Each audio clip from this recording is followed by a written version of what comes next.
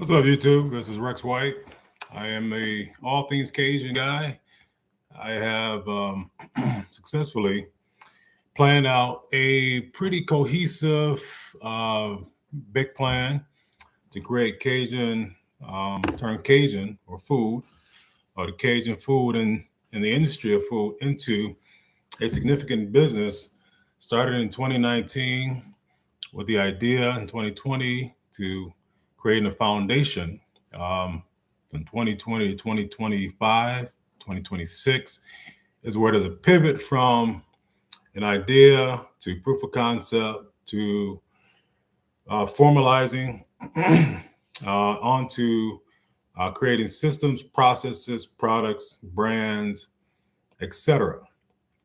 To where over the past 5 years, I turned all of that into a lot of different business units that can now scale. So the foundation has been built in the Cajun and Creole space with a pretty cohesive plan moving forward to take all business units and separate them from uh, current operations and make them live and grow on their own. So each business unit, whether it be products, can now live on their own and be shipped across the country, bringing more capital to create manufacturing and distribution, and they can be sold into stores, retail, gas stations, etc. Um, then there's restaurants. So there's several restaurant concepts that can now be fit into different areas, different demographics, different areas, different cities, states, regions, etc. And they can live on their own accord, creating their own, generating their own revenue. I'll be putting culture into them, systems, principles, etc. Then there's consulting, which goes along with the actual restaurants, brands, etc. So what it gives me is an opportunity to grow something substantial, big, that can morph, that you can add technology to. Of course, AI tools helps all of this stuff. So it's set up to go into 2030 and beyond and start creating brands that are recognizable across the nation and thus globally. So it plays into growth. It plays into an industry that will never die.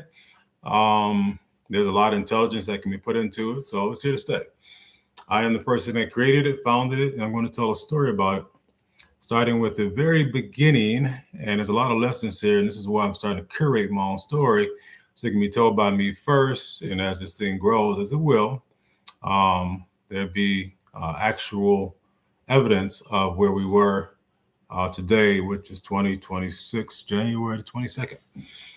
All right. So my story started off pretty simple. I started off as a entrepreneur in Detroit. I say that because I've been selling stuff since I was 5 years old. When I was 5 years old, I created a script for a song called Candy Girl by New Edition. I wrote out the lyrics on a piece of paper and I went to school and I sold them for 5 cents. They gave me money to buy candy. 9 years old, I got a paper route because I wanted to buy some Nike Airs. They cost $70. My mother couldn't afford it, so I went ahead and got a paper route, which she was so gracious to let me do. And I don't know what I told the guy, but I should have been 12 years old to be able to have a paper route. Well, at 9 years old, they gave me the job. I was so driven. I was so freaking motivated to get these gym shoes that instead of chasing people for money to save up for the gym shoes for one route, I went back to the paper station, asked the manager, can I get two routes? Because he couldn't keep paper boys. A lot of the paper boys were working because their parents told them they had to work. And they were 12, so they had other interests, sports, girls, etc. Me at 9 years old, I had no interest but those gym shoes because I knew I was going to be Karl Malone, Magic Johnson, or Charles Barkley. So I had a singular focus, and there was nothing else going to stop me from becoming or getting those gym shoes. So entrepreneurship has been a part of my life. I grew up in Detroit, as I said, and that's a hustling city. Detroit is one of the most, we have the most resourceful, the most hustling, grinding people probably in the world. You know, I can't prove that, but I tell you what, as I've traveled across this nation, I can't find people more like that than Detroiters. Um, Fortunately, unfortunately, like most people, we have issues in life.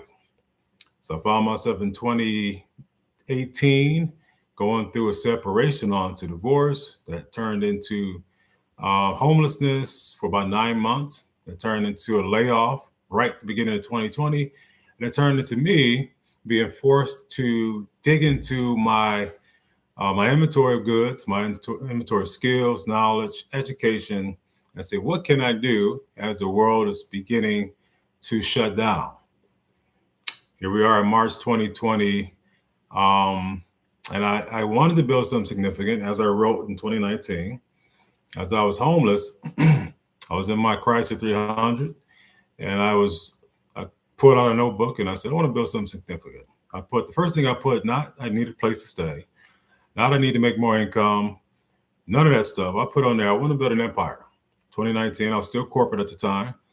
And a year later, I got laid off. So I got let free to create a legacy, a business, a big business. I knew it would take 10 years because I knew it would probably be an industry I was not in, but also knew that I had skills to apply to any industry I decided to be in. My only criteria it was two criteria. One was it had to be a living, thriving industry that wouldn't die. It also had to have no barriers to entry where I could get in and fit in and move around. Because fortunately for me, I've always been able to create. I've always been able to create stuff. With my mind, I see things a certain kind of way. If I'm hired into a system, then what I can do is I can see how to make that system better. So I had a lot of faith and belief in my ability to iterate, to create, to make more efficient. And so I said, okay, here's my options. I said, I can do healthcare. Cannabis was a thing, it was becoming legal all over the country. I said, what I can do is I can create products. I can create like a nutritional store front where I can buy products and resell them at a profit. I could get some alkaline water in there, sea moss gel, and cannabis products. That was around March, April 2020. Then the world just shut down. I said, well, shit, no one's going to be visiting a place like that. So I was still searching for an idea. What idea came to me one day. Some friends of mine offered to take me to Charleston from Charlotte. They wanted to check on their parents. And so I said, yeah, I'll go. And ironically, one of my boys called me. He's in the seafood business. And he usually would set aside catfish for me on Fridays because my uncle and I would do a fish fry Fridays with catfish. And in fact, catfish was his most popular item, particularly on Fridays. So he calls me as I'm in the car, answer the phone, and he's like, hey, man, how much catfish you need? I said, well, none today because I'm on my way up to Charleston with some of my friends. My friend that was sitting next to me goes, hey, can he get live blue crabs? I said, okay. Well, Jay, can you get live blue crabs? He said, yeah, I can get them. He said, hey, have him set us aside 2 dozen for the following Friday. Jay said, all right, bet. I hang up the phone with Jay. I turn to my friend and I go, hey, so what is a live blue crab? Because I never heard of one. She said something that started this entire journey. She said if someone was to bring live blue crabs to Charlotte, they'd be rich. And I tell you, all the bells and whistles in my head, I knew it was the idea without knowing it was the idea. And I didn't even know what a blue crab was. But that whole weekend, as I'm in Charleston, hanging out with my friends and their family, I'm thinking like, I need to do something with this. So I get back to Charlotte and I called Jay and I said, hey, Jay, can you get a lot of these? Is there really a market for live blue crabs? Is what she said true? He said, oh, yeah, I get a lot of Charlotte people who drive an hour to where my seafood market is to get live blue crabs. I said, really? I said, can you get like an unlimited amount of them? He said, yeah, I can do that. I said, I got an idea. I am going to check with Charlotte, go on social media, Facebook. I'm going to ask them who wants live blue crabs delivered to their house. And if I get enough interest, then we'll see what we got. So I went home. I created a post on Facebook. I titled it, Who Wants Live Blue Crabs Delivered to Their House? And I put a crab that I stole, like a image, a free stock image. And I put the Atlantic coast on there, where you would get them from. And I posted it. I went on Facebook, who wants live blue crabs delivered to the house? And ironically, the next morning, over 300 people said me in Charlotte centralized area. I'm like, oh shit. And I also knew that there was a lot of Charleston people moving to Charlotte, Baltimore, people that would buy live blue crabs, to my friend's point, they were migrating, mass migration back in 2020. So I said, I might have some here. So immediately I bought a domain called livebluecrabdelivery.com. I created a GoDaddy website and I connected a Square to it. From there, what I did was I went back to that 300 people and I gave them instructions. I said, if you pre-order live blue crabs on Monday by noon, you can get them as early as Thursday. Now, Thursday is when Jay would get his shipment, and then I would, I would go get them from him, buy them from him, and then take it to my customers. I said, just specify what day you want the crabs. Now, mind you, this is proof of concept. I don't like paying for proof of concept. I don't like paying to prove that I have a business idea that actually is a good business to formalize. So I had no equipment, no truck, no building, no refrigeration, nothing. I said, if I'm gonna prove out this concept, they're gonna buy these crabs in advance. I'll take that money and I'll go ahead and use that money to buy crabs. And that's exactly what I did. Fortunately for me, I was able to get pre-orders and then more, and they double and they double. They double every single week for like 3 weeks or 4 weeks. Then I say, you know what? I can't handle these. I can't handle this amount of crabs with a Chrysler 300. Now I'm learning the crabs. I'm learning the attrition. They only last 3 days out of water. Plus, you got to have them at specific temperatures. And so the temperature had to be between like 48 and 55. And I'm like, oh, okay. So I'm trying to keep them alive so I can salvage the blue crabs. And what I ended up having to do was I ended up having to get a refrigerated truck. But guess what? I was making so much money in pre-orders, I was able to go and procure a refrigerated truck. Ironically, here's a cool part. Cool part is there was a refrigerated truck in my neighborhood. It was right in my neighborhood. So I was able to get a refrigerated truck that was literally 5 miles away. And there was no other refrigerated truck anywhere near me. So I decided to go get it. I talked the guy down, so I got a good deal on it. And then the rest is pretty much history because I had a truck at this point. And then I took the truck and I started delivering blue crabs with the truck. And next thing you know, I had enough money to go get a building. Now the building was in an area that was less than optimal for a restaurant or a market, but it had to do because that's all I had. And so I decided to go ahead and get the building.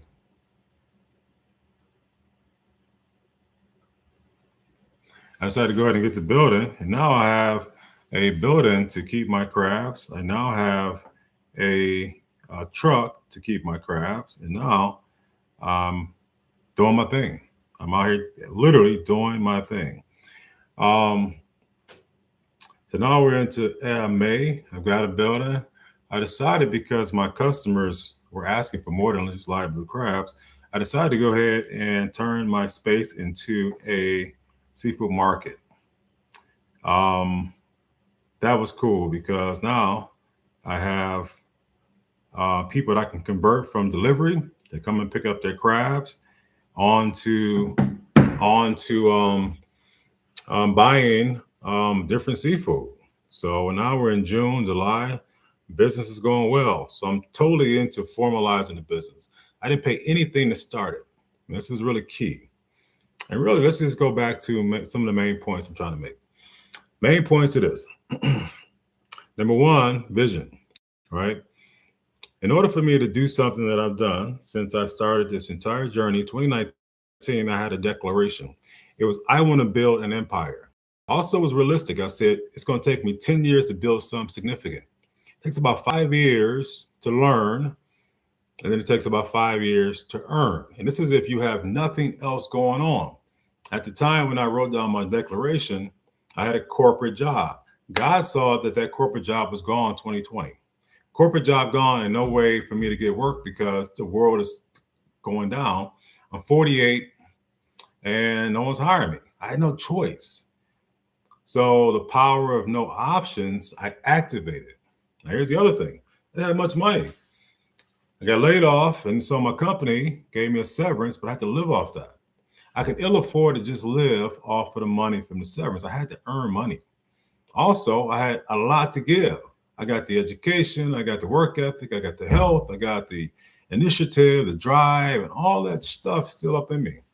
I'm like, let's go. And I lost my family and credit's bad. And I'm like, shit, I can ill afford to let the world going down stop me from what I needed to get done.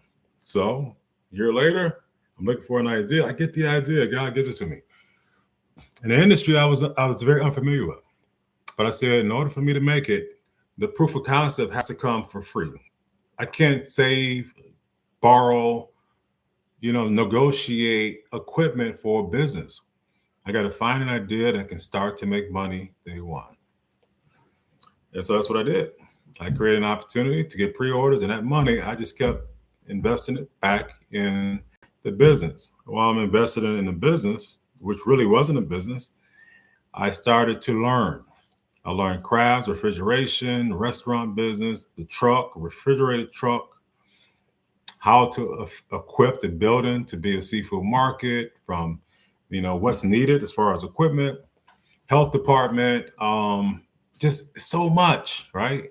I'm learning. Finally, I said, you know what? This is a business. It's a business. And I wasn't even a full guy. I wasn't a cook, chef. No, I had no aspirations whatsoever. And so it built itself, and I just assisted by formalizing, getting licenses and permits and LLC, EIN, bank account, and all the things I needed, POS system. Now I'm learning how to build a business while it's making money so it could afford to pay for itself. And so that's the foundation. I wouldn't change a thing. Being homeless, running out of money, being laid off during COVID, I wouldn't change a thing. Because what it did was it taught me how to be an entrepreneur. When I was younger, I was a hustler, Detroit hustler. Figure out something to buy and flip. This journey is teaching me how to be an entrepreneur. And once you learn how to be an entrepreneur, like really master it, you probably master the business. And if you can do it once and learn the hard way without any capital to go after, or any mentors, or having any really experience in the space, then you are pretty bona fide moving forward. All you can do at that point is just continue to grow and learn, bring on more new information, technology, understand accounting, understand how the government's decisions play into your business, how to be more efficient, effective. You start figuring out the secrets to a business once you start to master it. And so after 20 hours of being literally inside of a kitchen, building out, creating contracts and going into different spaces in the food industry, now it's unlocking all of its secrets to me. Now all I got to do is keep going. So I'm gonna leave it right there. That's the starting point of building the Cajun empire with no money, going proof of concept with no money, and then letting the business grow itself while I grow as an entrepreneur. More to come. Peace.